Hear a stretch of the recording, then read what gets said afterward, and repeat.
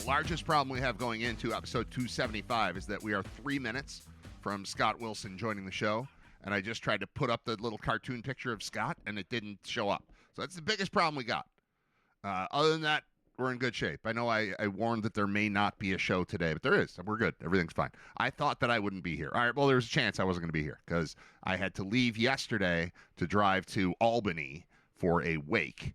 And then I wasn't sure if I was going to stay and go to the funeral, which is right now, or if I was going to come home. But I ended up driving like 4.5 hours and then staying there for about 2 hours and then driving home 4.5 hours. And I was back by 10 o'clock, something like that. Back just after the Sabres game. I listened to the Sabres game not the whole ride home. That would be crazy. But it started while I was on my way home, and it ended 5 minutes before I got home. So I had that. That was kind of cool to listen. I don't remember the last time I listened to an entire Sabres game on the radio. Unfortunately, despite dominance early, they finally lost one. So I'm not even going to look at the standings today. It's fine. It's fine. But when you keep winning, 8 in a row, I'm going to keep checking. Today, I'm not going to check. Just pause. We'll wait for Sabres Leafs tomorrow. And I'll look again after they beat the Leafs, because screw the Leafs, right? Who's with me? Driving out there, by the way. This is the power of podcasts. It was the best. Knowing I'm in a truck, by myself, driving for 4.5 hours on a Thursday afternoon. I left here. It worked. I quit the show at like 10:55 or something, and I was in the car and rolling at like 11:02, which is great. And I was trying to get somewhere at 3:30, and I got there at 3:25, and I'm walking in hoping I'm at the right meeting place, and I see my other friend who came up from Long Island. As he's pulling in, he's like, "Hey, it's Brad." And so then I walked over to his car, and then we walked in and met 2 other friends, and then waited for another friend. And then one was late because he was flying from Cleveland. He lives in Boston. He's trying to go back to Albany instead, but he got rerouted and ended up in Raleigh. And then he's all over the place. So he was late, but he met us. But I just got to say, it's pretty unbelievable. This is my college friends. It's the same people I go to. We go to Saratoga every year for our fantasy football draft, and I always talk about it. I mean, in any incarnation of any show I've ever done, I'm always talking about this thing. But we have a group of 15 dudes that have 14 teams, and one gets kicked out every year and has to run the draft, whatever. But we've been friends for like 33 or 34 years. At least I've been a part of the group for that long. And it's pretty unbelievable, to be honest. Like, anybody who hears about it, part of this is me bragging. Part of this is me defending being in a fraternity in school. Like, oh, you're a frat boy. Yeah, right. Guess what? When my buddy's dad dies, 10 people descend upon his town, take 9 hours of driving out of their day, and go visit. It's cool. So, I don't know. Just maybe don't look down so much on institutions that make sense. I remember when I was getting into it, like considering pledging a fraternity, they had like an alumnus come back and speak to the group at this dinner that we went to or something. And it's like, the most important thing here is about after school. I know you're just thinking about school, and I'm a sophomore in college. So yes, I'm not thinking about what happens. I'm not sure I'm going to graduate, right? Who knows? But he gave this whole speech that stuck with me while I'm eating, ziti prepared by morons. That what really mattered was that you'd have these lifelong bonds that would last forever. And like, yeah, whatever. I want to go to the parties. I want the cool shirt. It's legit. It's real. It's awesome. Unbelievable. Like, my friend group, just super cool. And I feel more comfortable talking about it right now, excuse me, while the funeral's going on.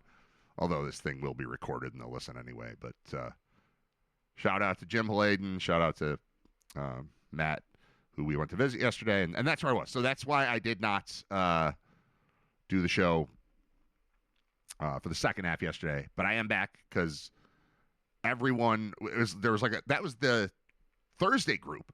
And then there's a Friday group coming too for the funeral. And that includes Ray Walter. Let's see, Ray... that was my other option. I had 2 options. One was to get up early. I wouldn't do this show, but I would get up early. Ray would pick me up at like 5:30 this morning.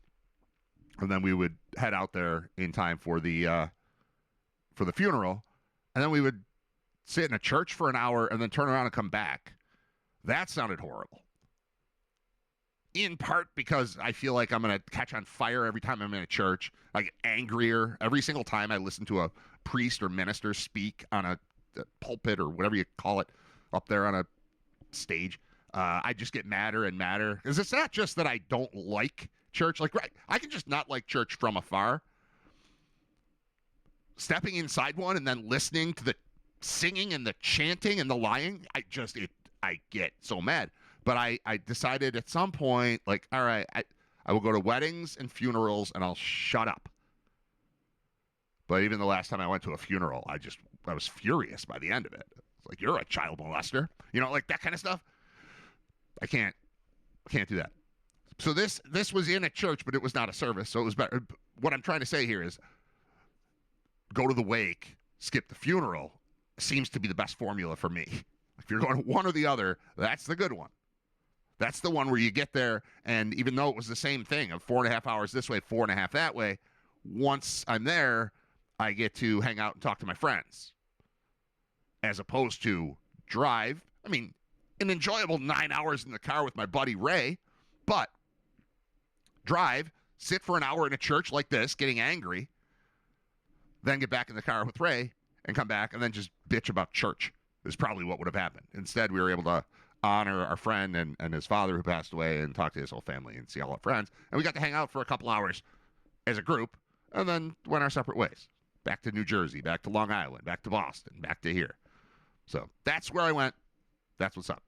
Okay, it's Riter Radio, episode 275. Sabres lost. Again, not going to look at the standings. Don't care. Don't care too much.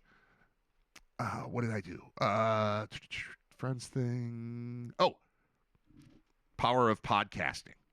My whole trip out there was basically 2 episodes of The Rewatchables.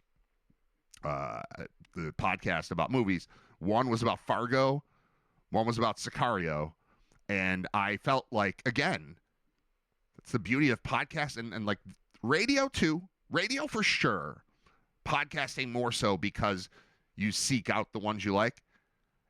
And I hope that I provide this feeling or vibe to you. It feels like a conversation with friends. Now, I know mine is less conversational because it's mostly me just yapping.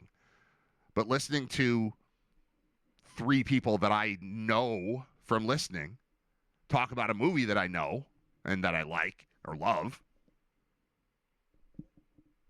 who wouldn't get in the car for 2 hours with 3 friends when the promise is everyone here is smart, everyone here is fun, everyone here is funny, and we're all going to be talking about a thing that we all like? Who wouldn't do that? So that was the car ride. This is just me preaching the power of radio, the power of podcasting, live streaming, whatever the hell you want to call it. Like, that's what we're in it for. You have a million choices, a zillion different things you could do right now. And you choosing to tune into this. And when I say right now, I'm talking 10:20 a.m. on March 13th. But a year from now, you could find this and listen. Oh, this is fun. This is a nice little conversation. When Scott Wilson calls in, it gets even better. And that'll happen anytime now. All right. Well, it's happening right now. It's happening, everyone. Oh, my God. Can you believe it? I'm going to answer. I got to get this right. All right. So I hit answer. I leave him down. Then I play his intro. Should he be football or Hallmark today? I'll make him football. Let's check in with Riter Radio's senior football correspondent, Scott Wilson.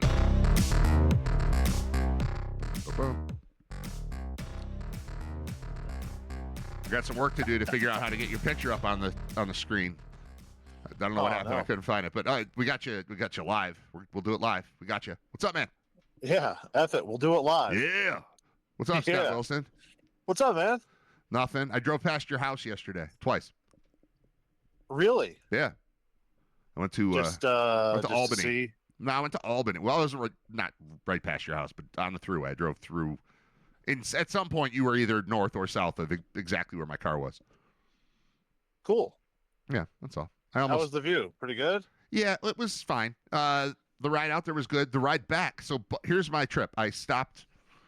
I went to basically Albany, and I stopped on the way out. I needed gas and food, and I passed on a rest stop because I didn't like the selections. And then I realized, oh no, I don't have gas. I need gas. Like I was hungry, but I was kind of looking for a Shake Shack. And no, that wasn't happening. So I ended up getting off in Syracuse somewhere at like not a rest stop, but an actual exit. And I'm like, I'll find a gas station. And I did. How much would you charge for gas station pizza, 2 slices, plus a bag of chips, plus a 20-ounce Coca-Cola product? What would you charge? That'll probably run you $11.50. $5. Really? Yeah. All right. So it sounds like you stopped at a Burn Dairy.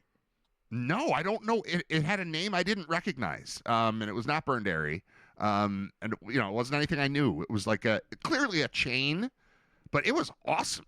And I kind of recognized it. Like I feel like the same thing has happened to me before, where I got nervous about gas and got off the throughway and went to this place. So I spent $5 there.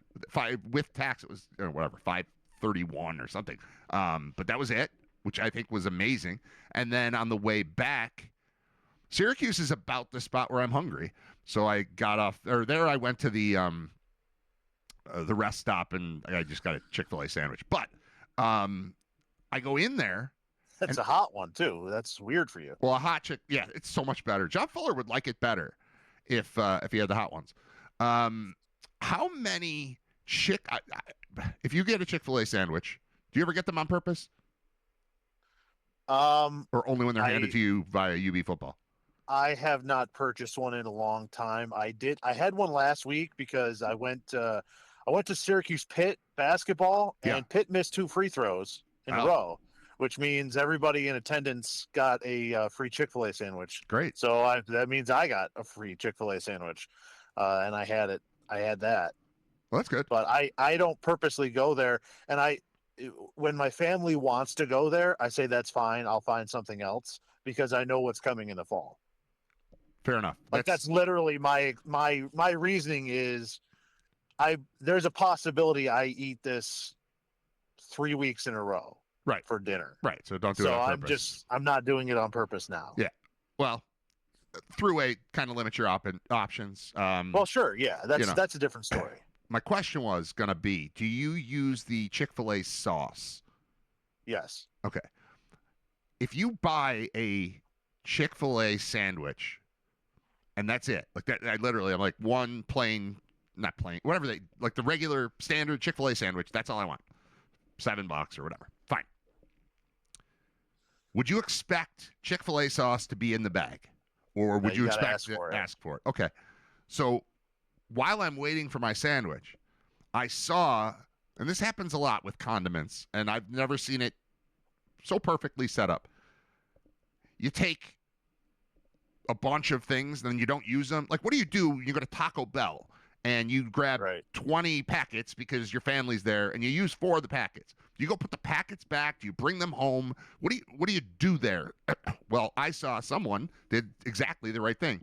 They left very neatly stacked on a table at the rest stop a bunch of Chick-fil-A sauces, their other, whatever they've got like 4 different kinds of sauce, but the Chick-fil-A one's the basic one, and then also a stack of napkins. Like, we took too many napkins. What do you do with those?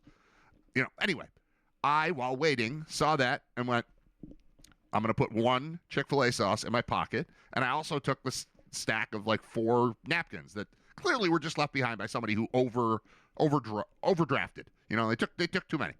And then I got my bag and I got out to the car because I wanted to keep moving. Open it up, and you would expect to see no Chick-fil-A sauce in there, right? How many Chick-fil-A sauces do you think would be unreasonable to be in that package? I had 1 sandwich. An unreasonable amount would probably be 6. It was 4. 4, okay. Is there somebody who eats 1 Chick-fil-A sandwich with 4 sauces, and is that remotely the standard? Did the deal come with fries? Did you get fries? No, I got a sandwich and 4 Chick-fil-A sauces and 11 napkins. And I'm just thinking maybe you wouldn't have to charge $7 a sandwich if you stopped giving out 4 sauces to every person who didn't even ask for a sauce. Yeah, usually it's a situation when you order, they ask, would you like any sauces? Yeah.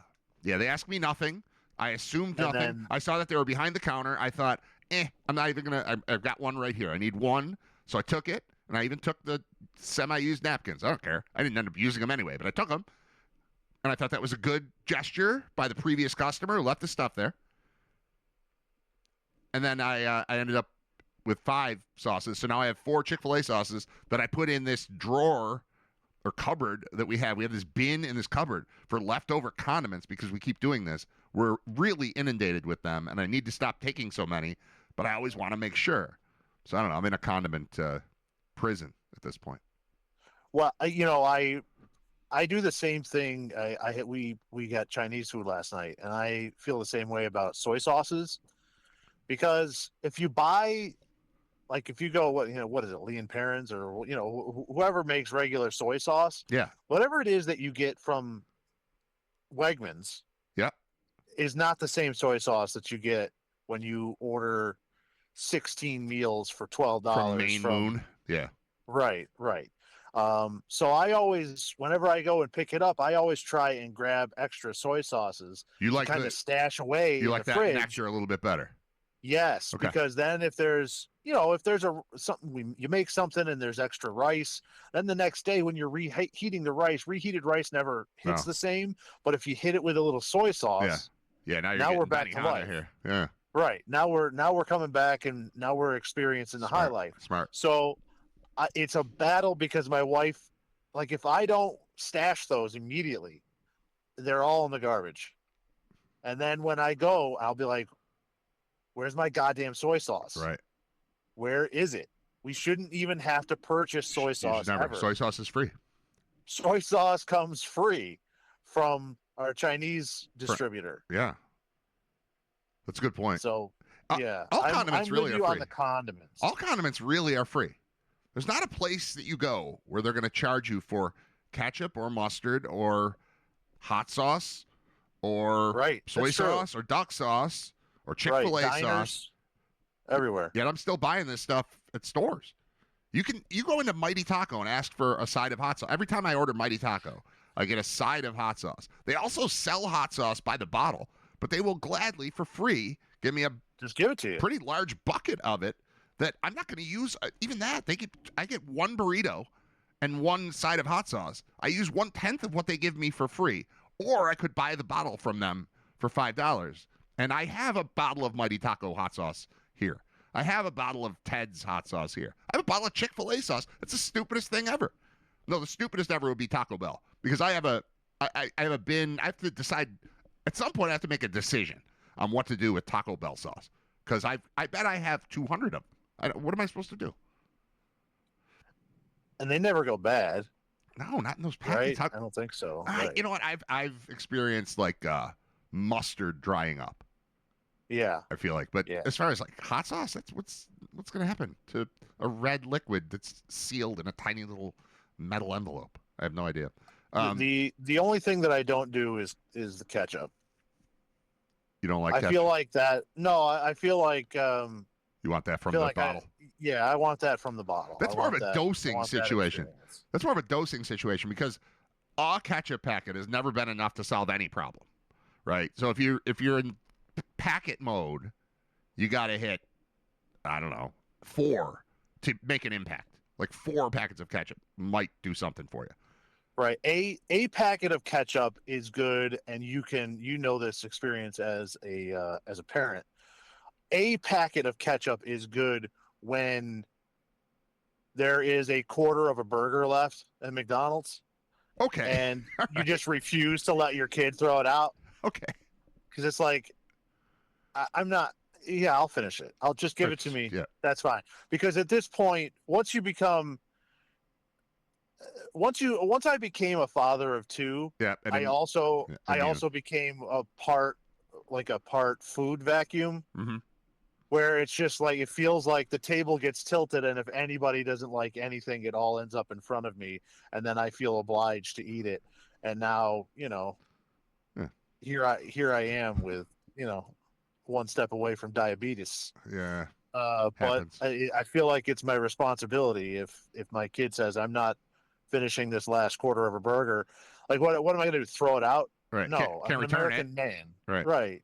you finish what you start. You know what I mean? And it's garbage, so you can't give it to the dog.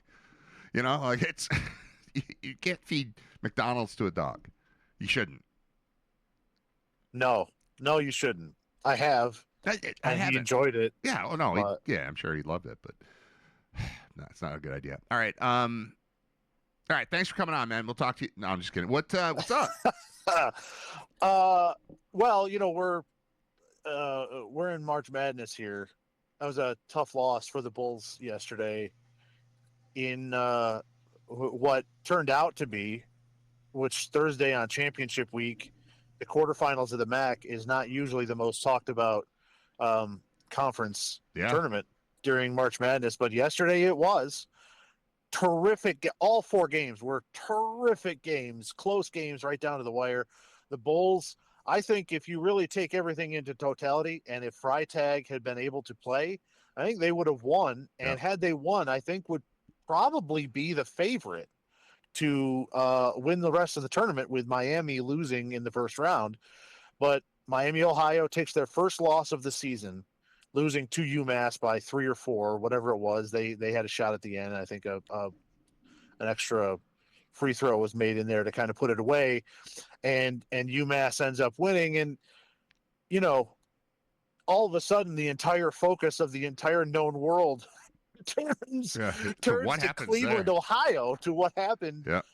And now the MAC looking like they're going to be, for the first time since the early 2000s, I think probably since the last time Kent State, I think. When Kent, it might have been when, what's his name? When Gates was at Kent State. Gates. Yeah, because there was a Gates and there was a Wally Zerbiak. Yeah, that sounds right. Situation. So since early 2000s, since the MAC have had a two-bid league, and I just, again, it's a really big season for the Bulls. They turned the corner under Coach Halkovich. It was really fun. I know it wasn't the finish to the season, but they were without Freitag for so long. Right, the injury situation really killed them down the stretch. Yeah. And altered the type of season where it looked like it was going. So, and that even said, they returned to Cleveland, and then had 3 good looks to beat. And I know Miami's undefeated.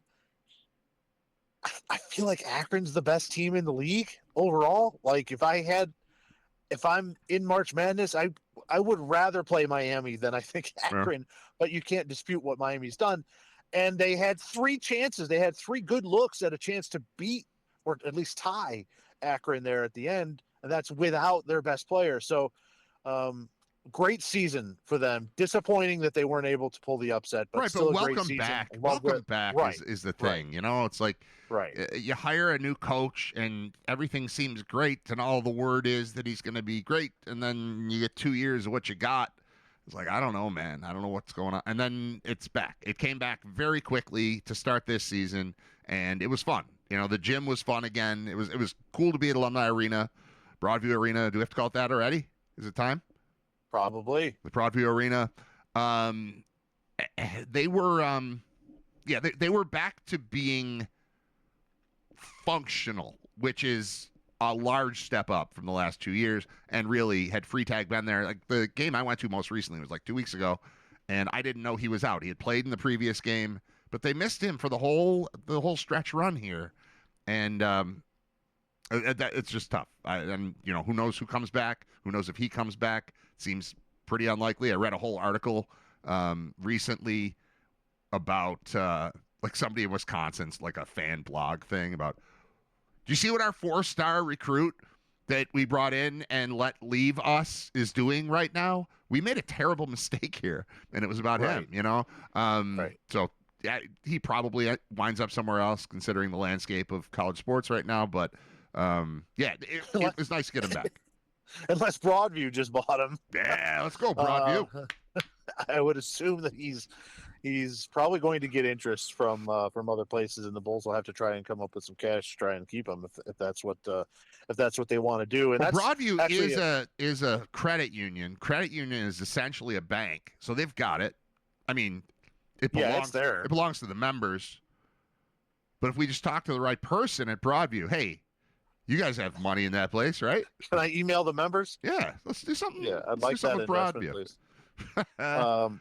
And that's I just want to say, heading into the tournament, if a team can go 31-0 in the regular season, regardless, playing Division I basketball, the top level of basketball, yeah, and they lose one game in a conference tournament by 3 or 4 points, and they can't get into the tournament, what the hell are we even doing? Yeah. Because I think for a long time we've seen, and I think you can look at empirical evidence, I don't need to see a team that is 2 games above 500 that finished 11th in the SEC. Right.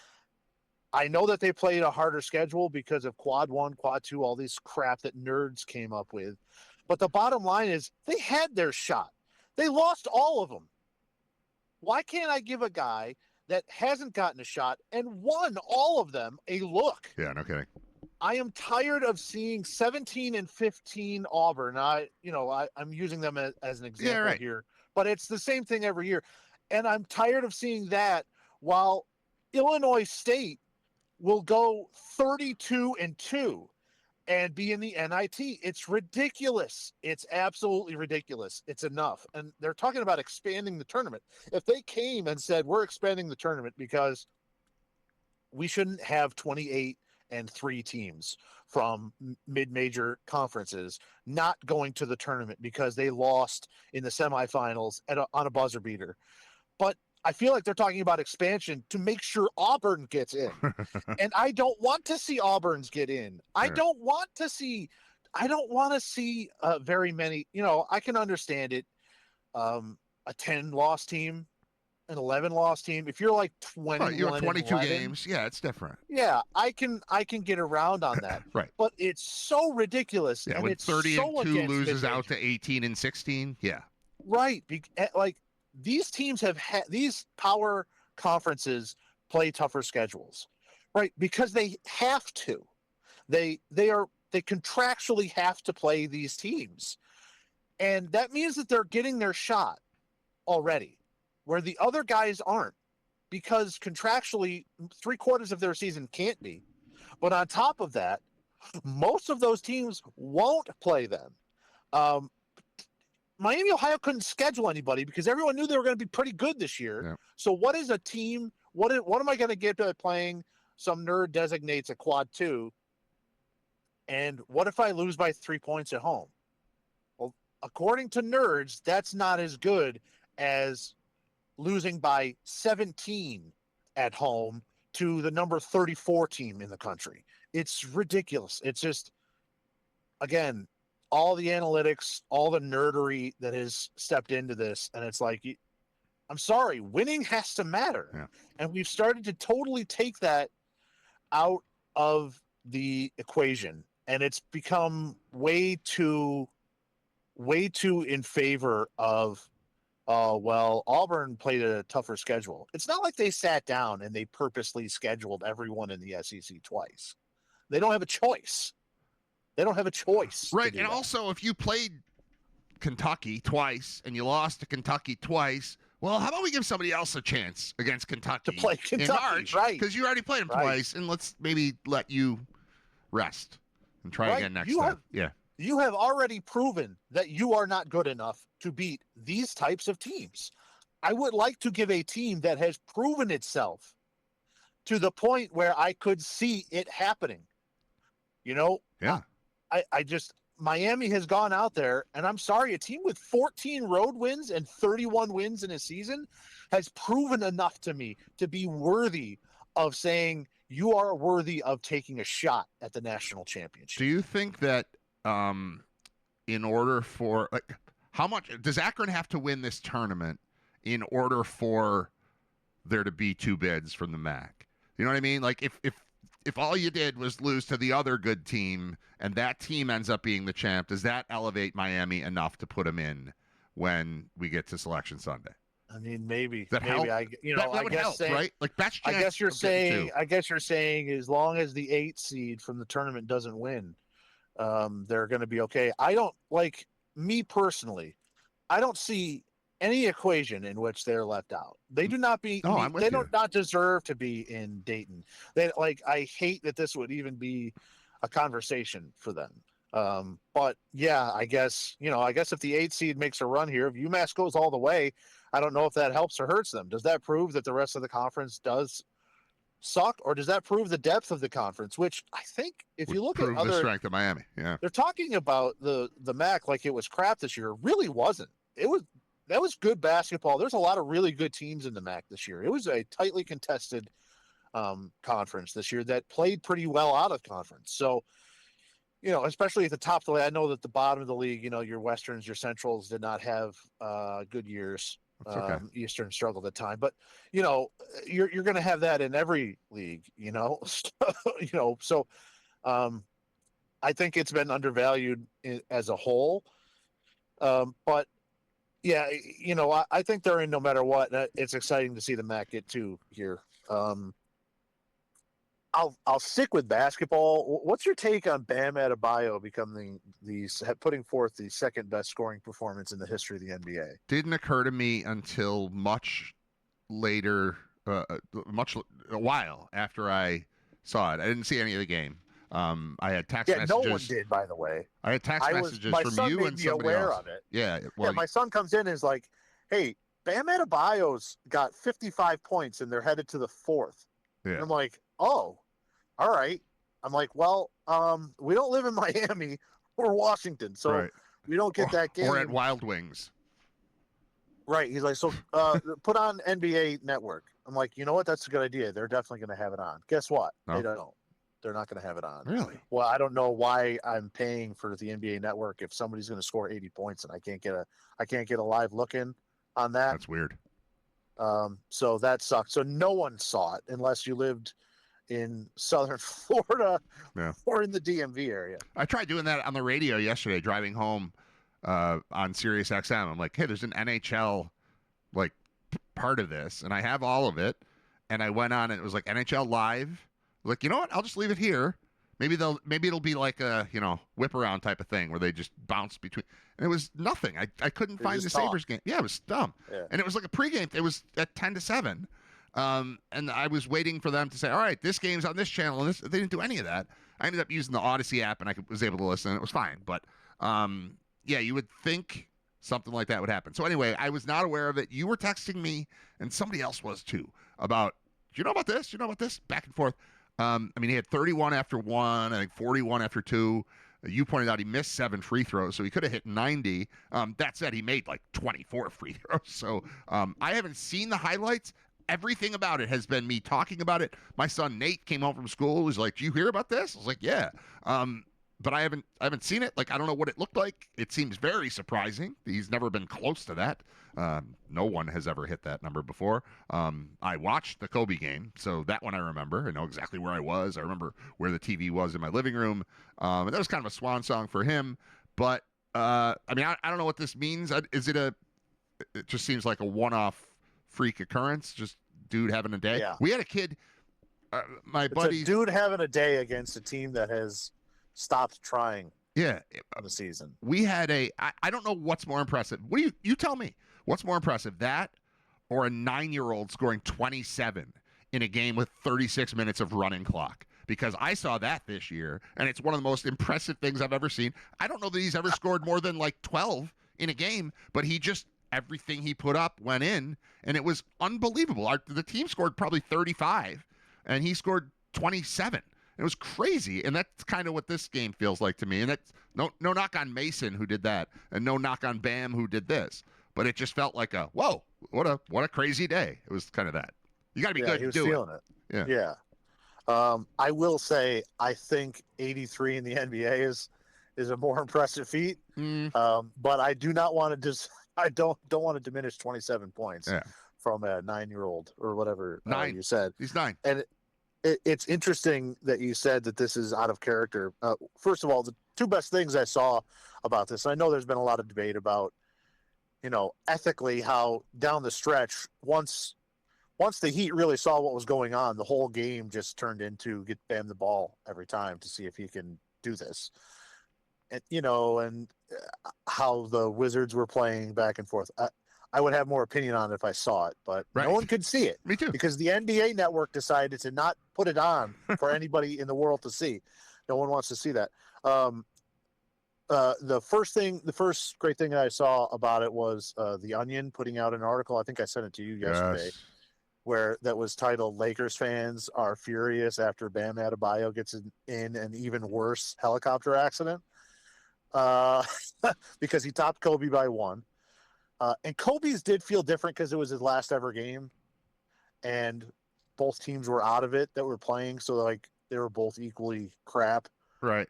And everyone was equally in the mood to stare at Kobe. Right. Everyone in the building, everyone in the country. Yeah. Right. The other tweet was, this is very out of character for Bam. It is 9.5 standard deviations above his career average, which means I don't the remember odds, everything about bell curves, but I know that 9.5 is far.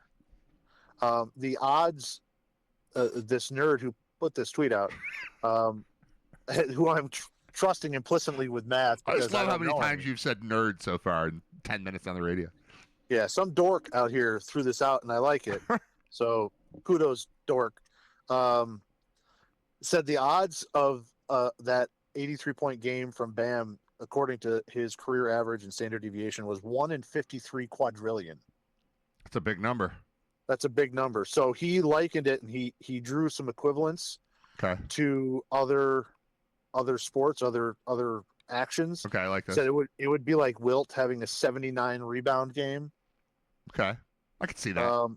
It would be like Justin Verlander throwing 214 pitches in a game. Okay. Or it would be like Patrick Mahomes having a 915-yard passing game. Okay, there we go. That I can relate to that one. The Verlander thing, I can't because the coach manager just wouldn't let him do it. So that couldn't happen. Even if he's perfect, how perfect can you be if you're throwing that many pitches? That one, I don't buy that one. The rebounds, I can see that. Wilt was very tall, but the Mahomes one, 915 yards passing. Is it Mahomes or is that Justin Fields having 915 yards passing? Because right, I guess maybe he just took the the most popular quarterback at the time. Yeah. But yeah, it does feel. It feels more like Fitzpatrick having that 500-yard game with the Rams out of nowhere, yes, type of thing. Right? Yeah. I love it. It's awesome. I wish I saw it.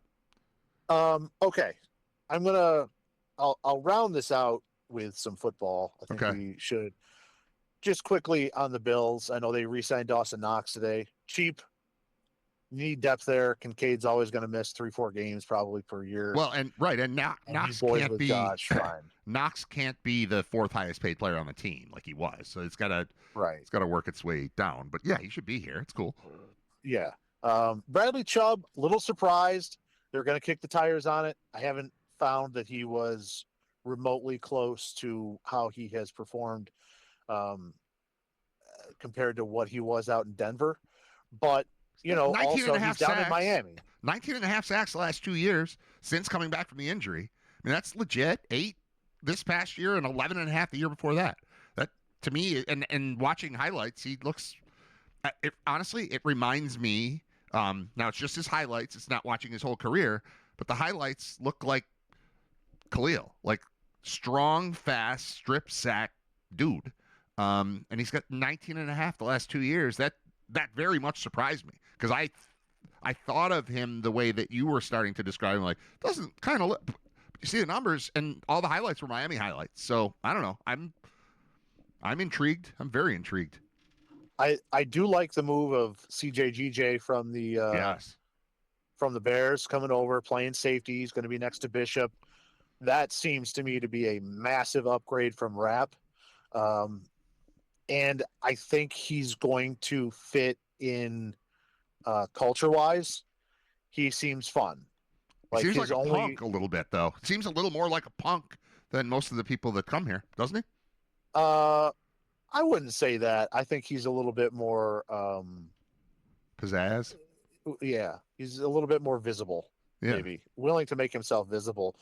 His tweet, he didn't put out a tweet that said I signed with the Bills or I'm happy to be in Buffalo. His tweet was just a picture of Josh Allen in grills, like diamond-studded grills, Okay. smiling All on right. the field. All right, I And like it's that. like, okay, he understands the assignment from day one. I was surprised to hear Mike Evans. First of all, surprised that he's going to get to this stage of his career and leave Tampa. I figured once you get to this point, aren't you saying I'm gonna finish as the legend here? I'm going to be the Tampa Bay Buck, which I think he would probably be in line to be. Can you even think of another Tampa Bay Buccaneer? Maybe some of the linebackers they've had, Mike Allstott. but I mean Mike Allstott, sure, but I mean I always Mike Evans has been the face of the Buccaneers now for a long, long time. It was interesting to hear him talk about how basically, yeah, I wanted to go to a place that had a good offensive system and a decent quarterback. And he mentioned he looked into the Buffalo Bills. I can assume that he wasn't going to be able to get the money from the Sure. Bills that he would have desired, but I always like hearing whenever there's a top tier wide receiver out there. It's interesting to hear them verify what we always say, which is, listen, we got Josh, dude. So that puts us on the table for any of these guys. Right. It's no longer about, do I want to live in Buffalo? Sometimes it is. But a lot of times it's, who's tossing me the rock? And can it be the best guy? And you got the best guy. So that puts you in the market for all these. And I don't, San Francisco and what they've done in that system, it's hard to argue with him saying, I'm going to go give it a shot out there when they've been in 2 Super Bowls under Shanahan and, constantly in the NFC Championship game and what they can do. I mean, if I had a choice, I might have taken a few million off to play with Josh Allen rather than Brock Purdy. But, who am I to deny a man that those extra couple of $1 million? Yeah. I think it's interesting what they're doing in Tennessee. They've just decided, first of all, they hired all bald coaches. Kudos to them for that. Who's their defensive coordinator? Do we know that? Is this just a Dable Salah joke? Salah, however we say it. Yeah, it's those two basically. That's funny. I don't know the guy's name offhand, but I know that he's bald. He's bald. Or else he wouldn't be a coach there. So, as someone that's follically challenged, shout out to the Titans. I feel it. I feel it in my heart. Good for you. But they're taking one of the worst teams in the league, and their plan so far has been, what we could do is we could just fill this team with Jets and Giants. And I just don't think that's the answer, because if you've paid attention to the NFL, those teams really suck too. So I'm not they're not even taking the best players from those teams. It's not like they're going out and making trades for Dexter Lawrence. They're like, oh, all right, I get that. Wan'Dale Robinson, all these other guys. It's like, oh, cool. The kind of mediocre tight end, you can take him. I liked Wan'Dale, but Sure. I mean, you can have him. We will find another small fast guy, because they're making a lot of them now, and we can just kind of get one. It's an interesting tactic, because again, the Jets and the Giants, they both suck, and they have sucked. So just saying what we're going to do in free agency is we're just going to take teams from the other two of the 3 worst teams. We'll take them. We'll take those guys. And I'm excited to see where it goes. Because if they're able to turn it around with crappy players from other teams adding into a crap team, then all right, coach of the year. Now we're talking coach of the year. Tua and Kyler. What about that real quick? I mean, Kyler to Minnesota, he seems so excited, and I'm just watching his press conference, and it seemed like such a beautiful moment, and then I'm picturing what it's going to look like on the field. He stinks. Right. He stinks. They're hoping that they can find lightning in a bottle. I think that this shows that they still don't trust J.J. McCarthy in any way, shape, or form, whether health-wise or performance-wise. So, they've got to make a really concerted effort right now at this point to keep Justin Jefferson happy. And I think that this is a way of doing that, saying we've always got a backup for when this guy gets hurt. And they're hoping that, they can turn another first round pick around. If I was a Vikings fan, I would be like, listen, I'll be straight up honest. If they take another guy off the garbage heap and we win 13 games with him, can we just not let him go? Yeah. Can we just keep him this time? Because we keep getting guys and making them good and then just not paying them and letting them go. And they're going other places and they're good. Yeah. Tua, it's going to be, man, the Atlanta hospital system has to be joyous because they've got the two most injured quarterbacks on Atlanta, in the league. Penix has 2 bum knees, and now Tua, if he gets hit, might die. So they have to be like, man, this is the recovery room is going to be bumping. Time to pay attention. Right. Head on a swivel, everyone. I'll leave you with this, and that is the New York Jets. We have talked about how, yes, they are the Bills' rival. Yes, you always want to beat them, but there also has to be an element of empathy as a human being for their fans. Because this is the New York Jets' quarterback experience. Because they have now gone full circle with Geno Smith. Yeah, okay? Yeah. They let go of Geno Smith, and this was the run they went on. Geno Smith, Matt Sims. It's like the 4th best Sims. I don't even know that Sims. Michael Vick, Fitzpatrick, Bryce Petty, Josh McCown, Sam Darnold. They let him out of the building. Trevor Siemian, Luke Falk, Joe Flacco, Zach Wilson, Mike White, Josh Johnson, Chris Streveler, Aaron Rodgers. I don't know that one. Tim Boyle, Tyrod, Justin Fields, Brady Cook, back to Geno Smith. Wow, that's better than that Browns T-shirt. Time is a flat circle. That's crazy. You will always come back. Sometimes you got to go back to the beginning to get where you were going. All right. It's incredible. I was talking to a friend of mine who's a Jets fan who I saw yesterday, and he's like, I have nothing against Geno Smith. I just don't need to see this again. Like that's kind of where he was. And then I got another buddy who's a Raiders fan who thought everything was going fine until the Crosby deal got nixed. He's like, everything is happening. It's working. It's finally working. Things are finally going right for them. And now they're just back to where he feels like where they were. Right. So that's now rough. They're stuck. Yeah. You have to go to a meeting. I do have to go to a meeting. All right. Get out of here. Thank you. I can't go to a meeting without taking a crap on the Jets first. No, it's good. No, you did great. They did it to themselves. It's not my fault. They did. It's not your fault. All right. Thanks, Scott. All right. See ya. All right. There's Scott Wilson. Sometimes when music is playing instead of me talking, it's because I had to walk away. I had to make a phone call. I had to use the bathroom. I had to fill up the water bottle. I had to do. That was entirely me sitting here with headphones on like this, wishing that I was at like the Old Pink or the Palace Lounge in Geneseo, neither of which exists anymore.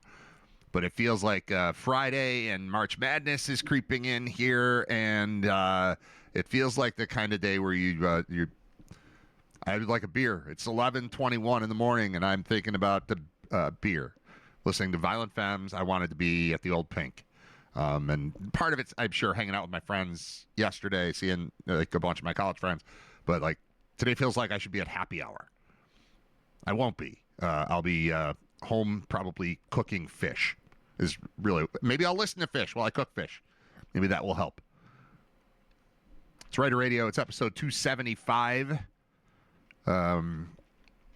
What haven't we done yet? Oh, the Adebayo stuff. So again, I didn't see it. Scott said I couldn't have seen it. Nobody could see it. It was invisible. It was an invisible game unless you had the full NBA package or whatever. But I found out late that Bam Adebayo from the Heat was putting up the second highest point total in NBA history. And we talked about it a bit with Scott, but reading the story, Eric Spoelstra is the head coach of the Heat still.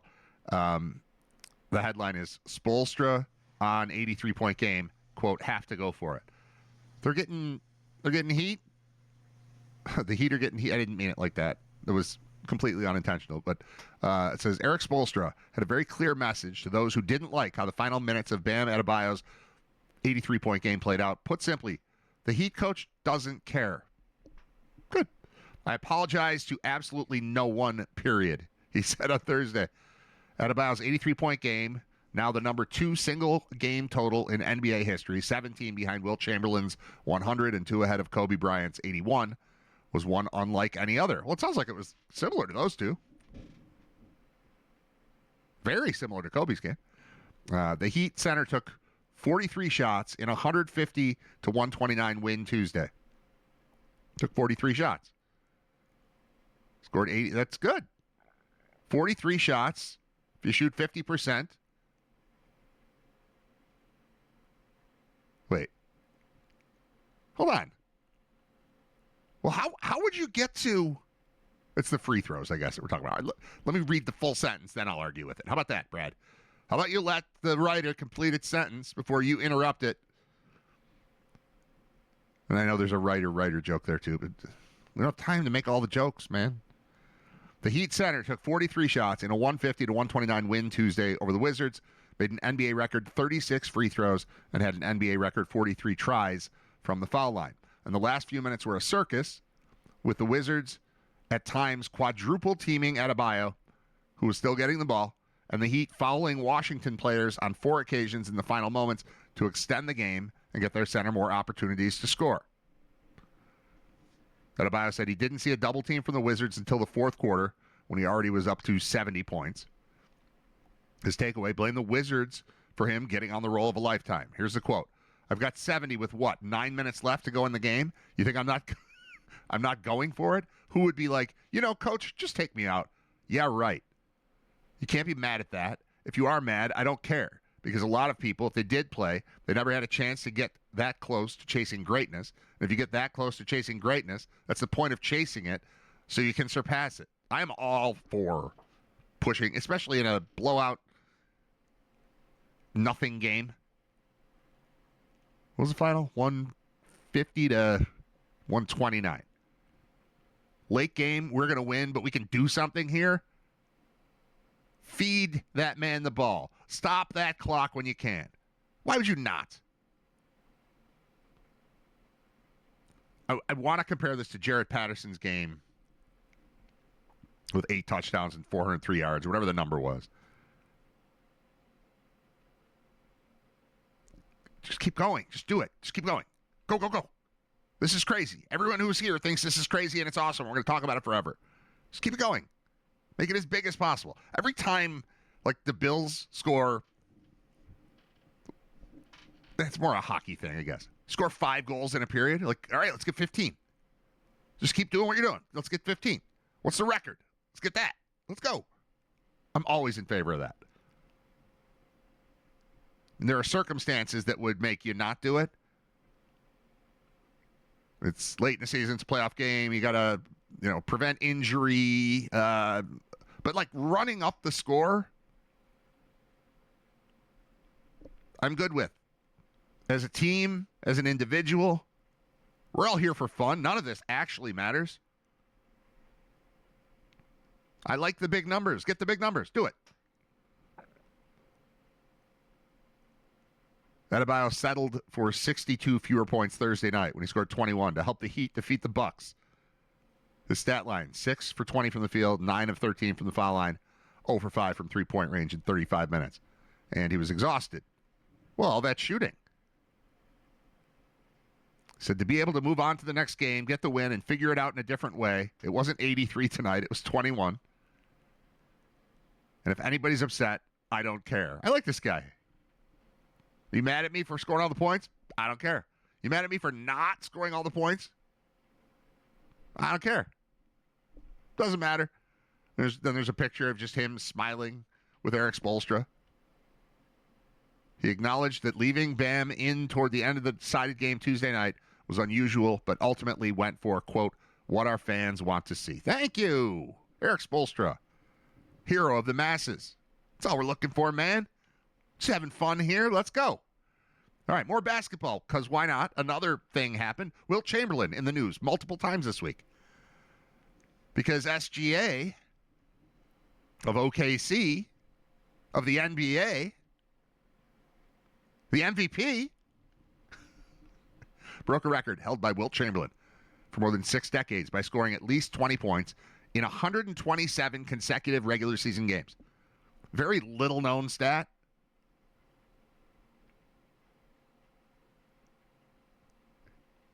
Leading into it, but it came up in the last week or so that he was approaching this number. Consecutive 20-point games. I hope the whole chart is here because it's ridiculous. It's Chamberlain. Oh, man. I'll find it.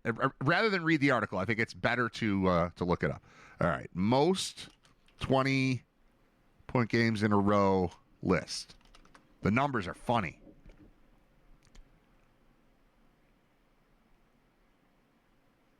I need the whole list, though. Okay. So it was Wilt at 126. The next one down was also Wilt at 92. So I don't know how many he missed between January 19th and February 26th. It ended on January 19th, 1963. It started again on February 26th, 1963. So we got to 126, and he got to 92. Next best after that, Oscar Robertson, 79. Next best after that, we've got a tie between Michael Jordan at 72 and Kevin Durant, also at 72. That's what ties are. But SGA, a long time ago, passed KD and Michael Jordan and Oscar Robertson. And then a long time ago, 35 games ago, passed Wilt Chamberlain, who was number 2, and then had to do another 35 games to pass Wilt Chamberlain again, who was number 1. So it sounds like, big deal, because it's not a stat we talk about, consecutive 20-point games. But then you get to it, and that's insane. I mean, he passed Michael Jordan 55 games ago. And then Oscar Robertson, the math isn't quite working out, but 50 games ago, 48 games ago. And then Wilt again to get to number 1. That's the interesting part to me, is just how crazy it is. It doesn't seem like a massive deal. Like, guys average 20 points a game, but it's 26 this night and 17 that night and 24 this night and 19. This is something. SGA was held under 20 points in 3 playoff games during OKC's championship run last season. Has finished with exactly 20 points only twice during his streak. Both of those occasions occurred during the lopsided wins for the Thunder this season. The second of those 20-point games, which happened in a February 3rd home win over the Orlando Magic, was the most serious threat to the streak. After suffering an abdominal strain, SGA continued playing until he made a free throw to give him 20 late in the third quarter, subbed out after the next possession when the Thunder led by 29 with 1:48 remaining. So again, this is another case. Eric Spoelstra would have done the same, where it's just numbers, it's just a streak, it's just a thing. But what are we playing for if not streaks and numbers and records and all that stuff? That's how they happen. Are you mad that Cal Ripken would start a game when he was kind of banged up, but he was healthy enough to get out there to start the game and play an inning and then leave? I'm not. I'm mad. This is Josh Allen taking the first snap in a game that doesn't matter. Well, why would he not? He's healthy. Why are we killing the streak? People keep track of these things. Do it. I'm in favor of all of it. I'm in favor of all the fun. Sports are fun. Do the fun stuff. Who is against it? Maybe this is like a straw man thing, because I haven't seen anybody actually saying that it's terrible. I mean, who's complaining? Kobe Bryant's family? Whatever. I like streaks. I like stats. I like numbers. I like records. I like fun. So I didn't watch the Sabres last night. I listened because I was in the car the whole time. And I think I mentioned this already. I don't remember the last time I, start to finish, listened to a Sabres game. I bet the last time I did that was when not every game was on TV. And it was, Ted Darling on TV and Rick Jeanneret on the radio.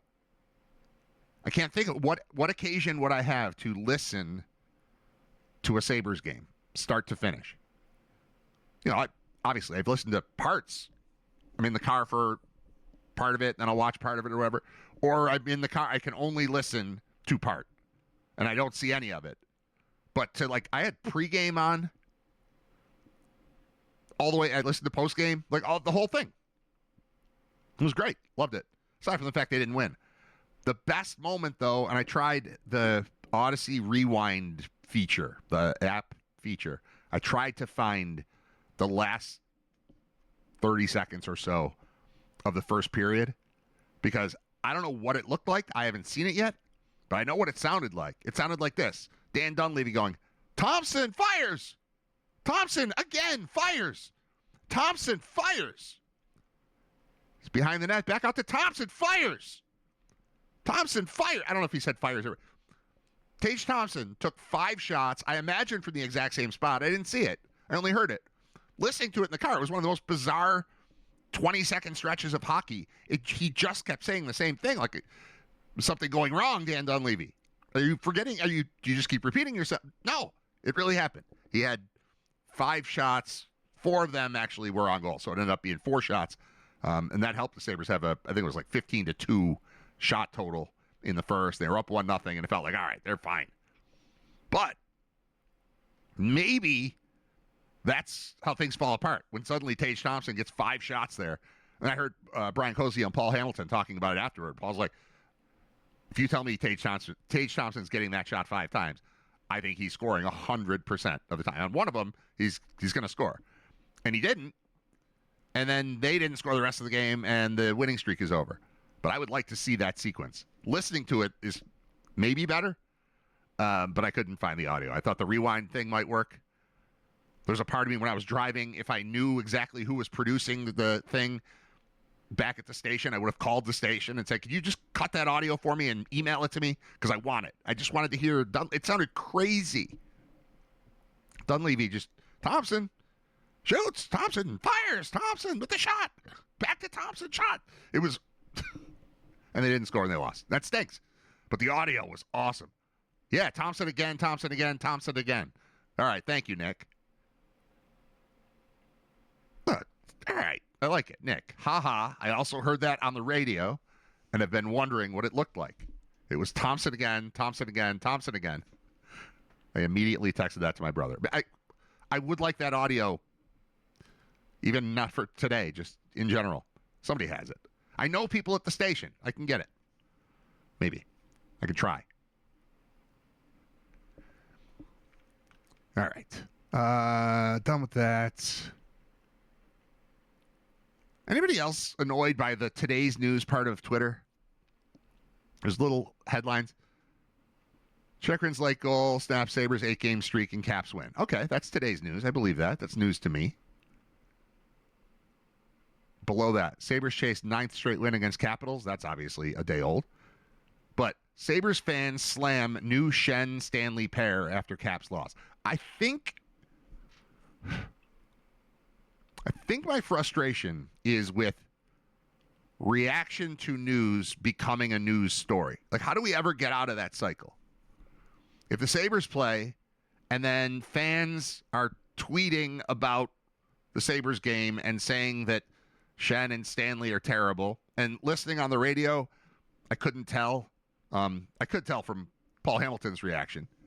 He had some, he wasn't like ripping them, but it was like, that wasn't ideal.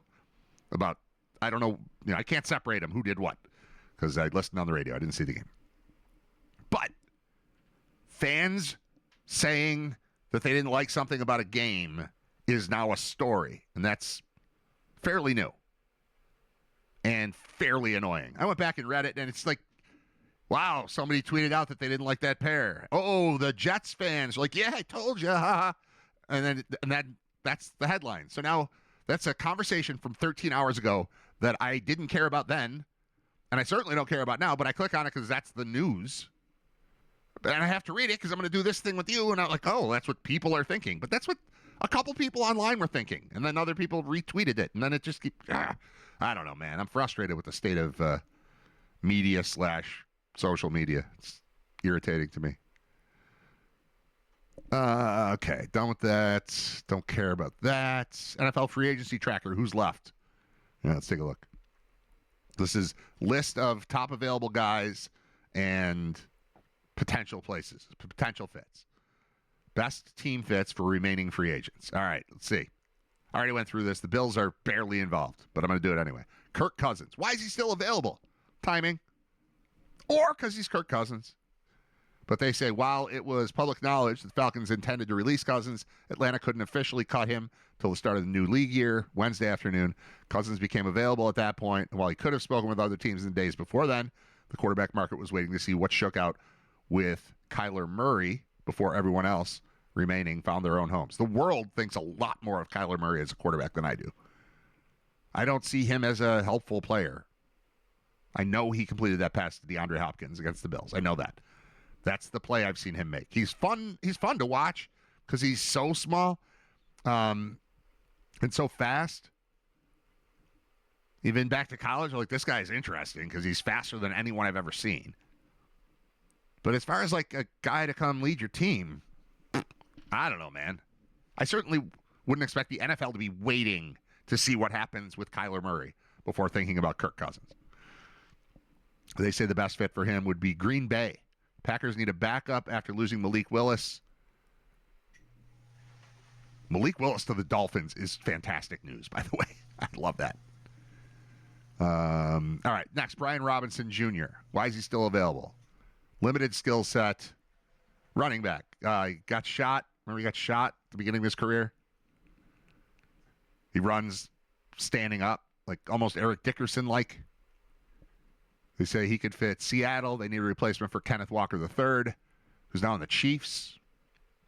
I am impressed by him. I mean, you have to say that right now because he was a Super Bowl MVP. But he's an impressive player. I don't know that puts the Chiefs over the top. I don't know how many running backs in the league really move the needle. In my mind, eventually, yes. You watch him like, oh, yeah, this is working out. But as far as, oh, they got him, we're dead. It says the Seahawks need a replacement for Kenneth Walker, who can shoulder a meaningful workload, given that Zach Charbonnet is expected to miss the start of 2026 after a torn ACL in the playoffs. Well, yeah, okay. Juwan Jennings, why is he still available? Age and market. Wide receiver from the Niners. He's a useful player, thrives on third downs and inside the red zone, where teams really need their wide receivers to make plays. He can win contested catches and in tight quarters, making him a reliable target for young quarterbacks with a habit of putting the ball in danger. Jennings is also tough. The 6'3" wideout famously told reporters last year that he was playing through 5 broken ribs and both low and high ankle sprains. That seems like a person that should, like when I scroll down, I should see something about Buffalo mentioned, where he could fit. The Raiders. They'll be running a Shanahan-inspired offense under Clint Kubiak.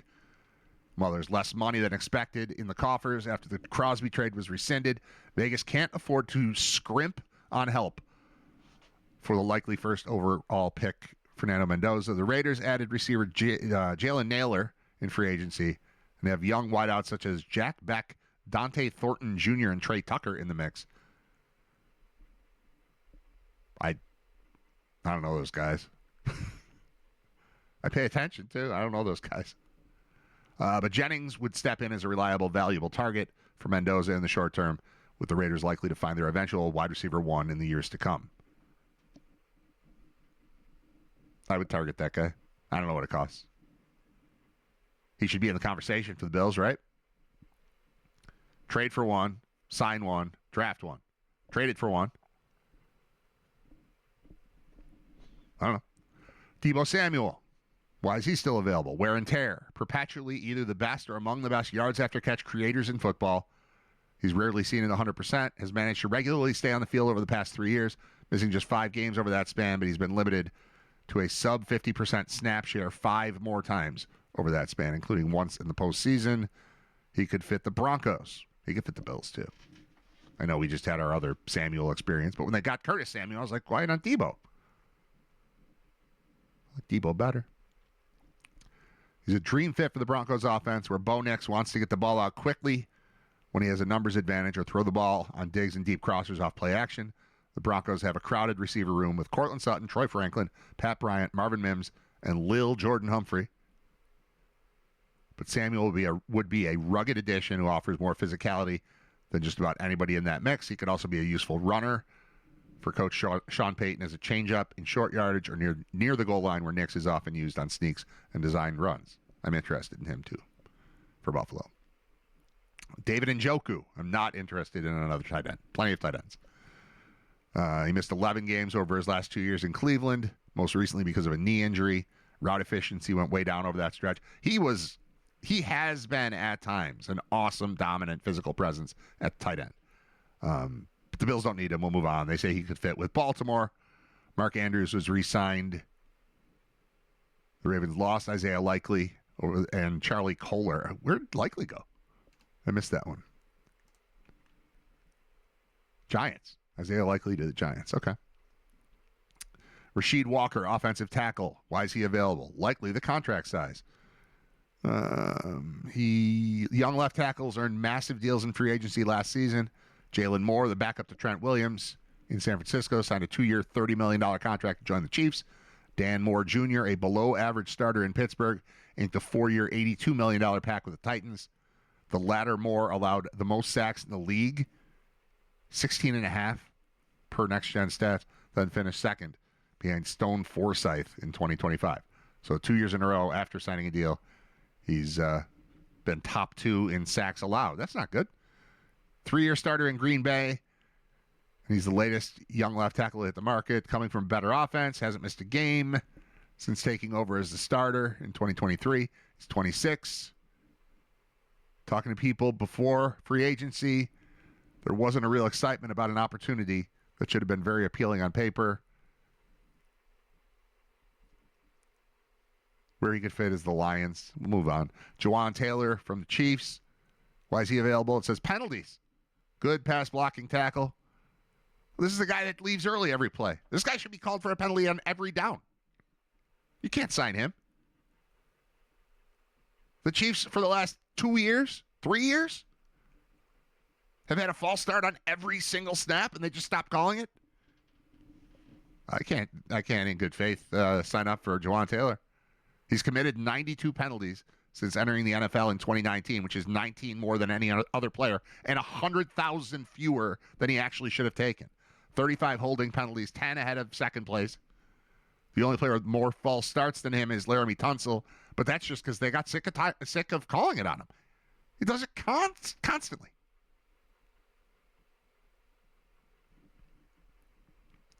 Where do they put him? Indy. They need to do whatever they can to protect Daniel Jones. Well, that would be a good start, is having your left tackle leave a half second before everybody else does on every single snap, especially if they're not going to call it. The fact that that guy is the second most penalized player is insane. I don't want him. Wyatt Teller. Remember him? 31 years old, made 3 straight Pro Bowls earlier in his career. Longtime Browns right guard saw his play slip a bit after the departure of legendary O-line coach Bill Callahan. He missed 4 games in each of the last 2 seasons with injury. And there will be teams nervous about committing to a veteran who might not be as physically impactful or reliable as he once was. Yeah, but can he play left tackle between McGovern and Dawkins for the Bills? I'd bring him back. Are we listed here? No. Where could he fit? The Giants. John Harbaugh has brought plenty of former Ravens to New York, so maybe he could add a former AFC North opponent to the mix too. Greg Van Roten and Josh Azudu are both free agents, while the Giants re-signed 2022 first-round pick Evan Neal. He struggled badly at tackle, didn't play a single regular season snap after moving to guard. During the 2025 preseason, Teller would step in at right guard and offer some physicality in the short term, protecting for Jackson Dart. I'd like him here. I'm good with him. Wyatt Teller coming back. And then Joey Bosa is listed. Why is he available? It says unavailability. Missed 23 games over his final 3 seasons with the Chargers. Had a relatively healthy year with the Bills, but missed 2 games and didn't record a single sack down the stretch and into the postseason. after suffering a hamstring injury against the Steelers. I thought Bosa worked out okay here. Like, I didn't plan on him coming in and being the rookie version of himself, but I thought he was all right. Like, I don't know collectively how we feel about Bosa, but I'm okay with moving on from him. But I would take a flyer on him if I'm another team, or if you were cheap enough to bring him here and put him in the mix again, even with the signing of Chubb. I thought he was a contributor. Gave you a couple plays every game that made a difference. I have no real beef with Bosa's 1-year tenure in Buffalo. I guess down the stretch he disappeared. Whatever. They should have been in the championship game. Josh should have had a better game. Josh usually does have a better game. He just didn't. I'm not going to blame Bosa. They say he could fit the Niners. It's the obvious call, right? Sure. Go hang out with your brother. Nick is recovering from the second torn ACL of his pro career. Joey would be in a part-time role in the Niners that should be heavily rotating its edge rushers throughout the season. All right, done with that. What do I have written down here? Oscars. I watched another Oscar-nominated thing last night, and I don't know if I loved it, but it was interesting. Weapons just popped up on one of the HBOs right after Sinners was on, and then Weapons. So I flipping through. I caught the last 15 minutes of Sinners, which I've seen a few times, and I like. Don't love, like. And then Weapons, and I knew I had heard of it, and it was Amy Madigan is nominated for supporting actress for that. And I watched it, and here's what I came away with. Is there anyone more captivating on screen than Julia Garner, who is and I can't remember the character's name, but the main girl in Ozark? The short, curly, blonde hair. I want to call her Rose. I don't remember what her name was in the show. But you can't stop looking at her. And it's not that she's the most attractive. Oh my God, she's so hot. There's just something about her on screen. And I think she's Australian. And she's got a southern accent in Ozark. And in this Weapons, she just was straight Midwest American accent. And I'm impressed by that all the time when you're Australian and I can't tell. But there's just something super compelling about her. At first act of Weapons had me hooked, but then it fell off for me. That's about right. Yeah, honestly, I fell asleep, so I don't even know how it ended. But it was like, wow, this is good. This is good. And I was like, I don't know, whatever, who cares? And I quit on it. I didn't quit, but I willingly closed my eyes, and the movie went away. Ruth Langmore. Yes, there you go. Nick, you're the MVP. Congratulations. Nick in the chat is just contributing all the stuff that's missing from my brain because I'm sitting here. I'm sitting, talking to myself. I'm talking to you, but I'm in a room by myself. All the holes. You're filling a producer role. Yeah, Ruth Langmore in Ozark. Yeah. Julia Garner, though. As compelling a screen presence as I've seen in a long time. I know that she's not nominated, but that's not the point. That's what I took away from it.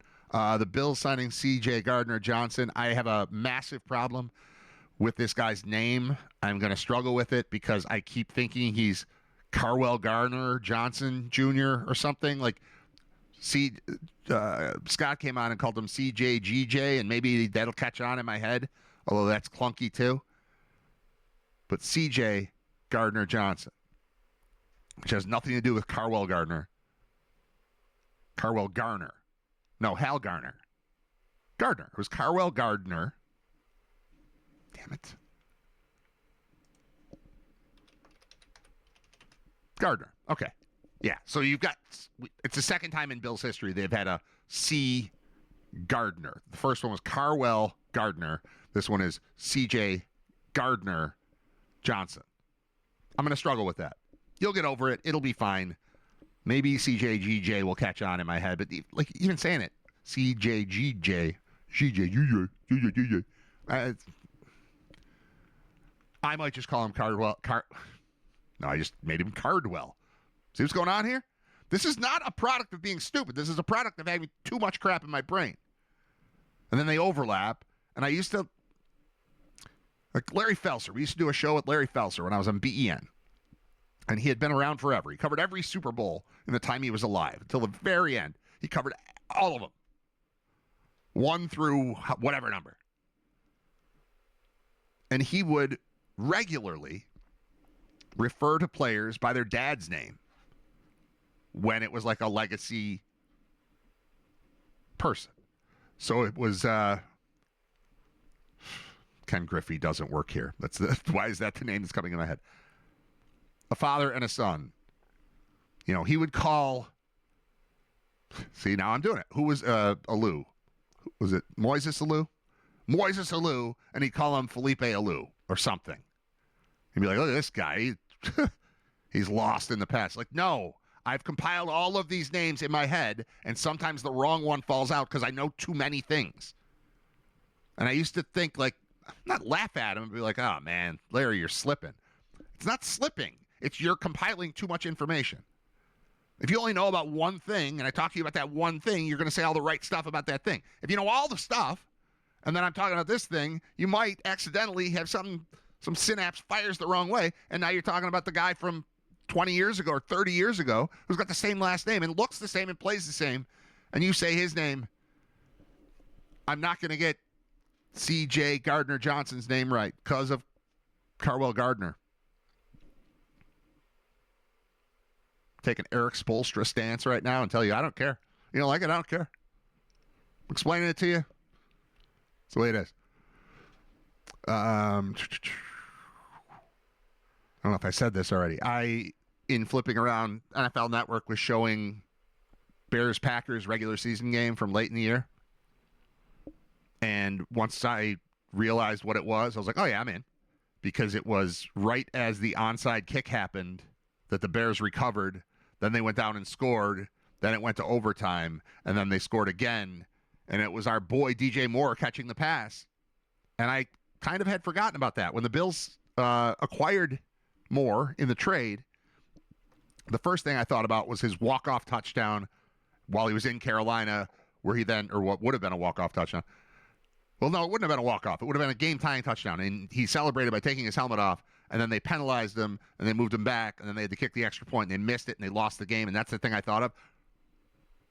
In the moment, what I forgot was that he had a similar play against the Packers late in the season, and he didn't take his helmet off, and they won the game in overtime. That was a walk-off. 6 points there. Nick says it's legit snowing now with snow sticking. This is a story I was going to tell right at the start of the show when Scott came on. So on the way home from Albany yesterday, I stopped to fill up my water bottle, use the men's room, and purchase a chicken sandwich at the rest stop. And I had thought nothing about anything with the weather the entire drive. I had driven for like 2 hours already. Thought nothing about the weather. Parked in the parking lot at the rest stop, the Chittenango rest stop. And I got out and noticed, like, hey, there's something in the air. Is it rain? Is it snow? I don't know. It's almost like light snow. But it was, a few flakes. Just the little dot ones. Like, doop, doop, doop. Like, huh, that's something. And it was colder than I imagined. But it wasn't, like, snowing. I mean, it was, but it wasn't. I was in the rest stop for a total of 8 minutes, I would say. I went in, men's room, that took 40 seconds. Fill up water bottle, that took 38 seconds. Order chicken sandwich, I was there for 5 minutes. By the time I walked back outside, it was flurries. And the next 5 minutes of the trip, I regretted everything about my life because I couldn't see. I was driving, and it was not like zero visibility, but it was less than 50% visibility. And I thought, this is going to be a nightmare. I had just texted my wife and said I'll be home by 10. And at that moment, I was like, all right, who do I know that lives around here? I thought of Scott. It was either Scott or my buddy Steve, both in the Syracuse area.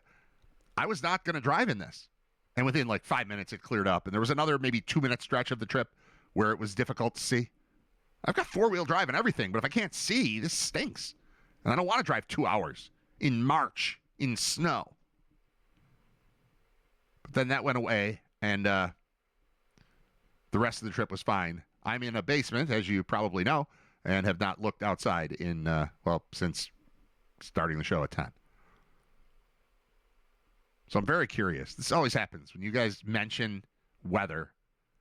And I'm like, I can't see the weather. But I'm curious. And I want to look and then tell you. Maybe I can access my Ring Cam. That's what I'll do. I'm going to look at my Ring Cam. I'm not putting it on the screen. I'm just looking at it. Let's see what it looks like here. Is it snowing? Is it sticking? That's not the right app. Show's over. You could stop if you want. You could stop listening or watching. But I'm doing this. Ring. I have too many apps. Ring. There we go.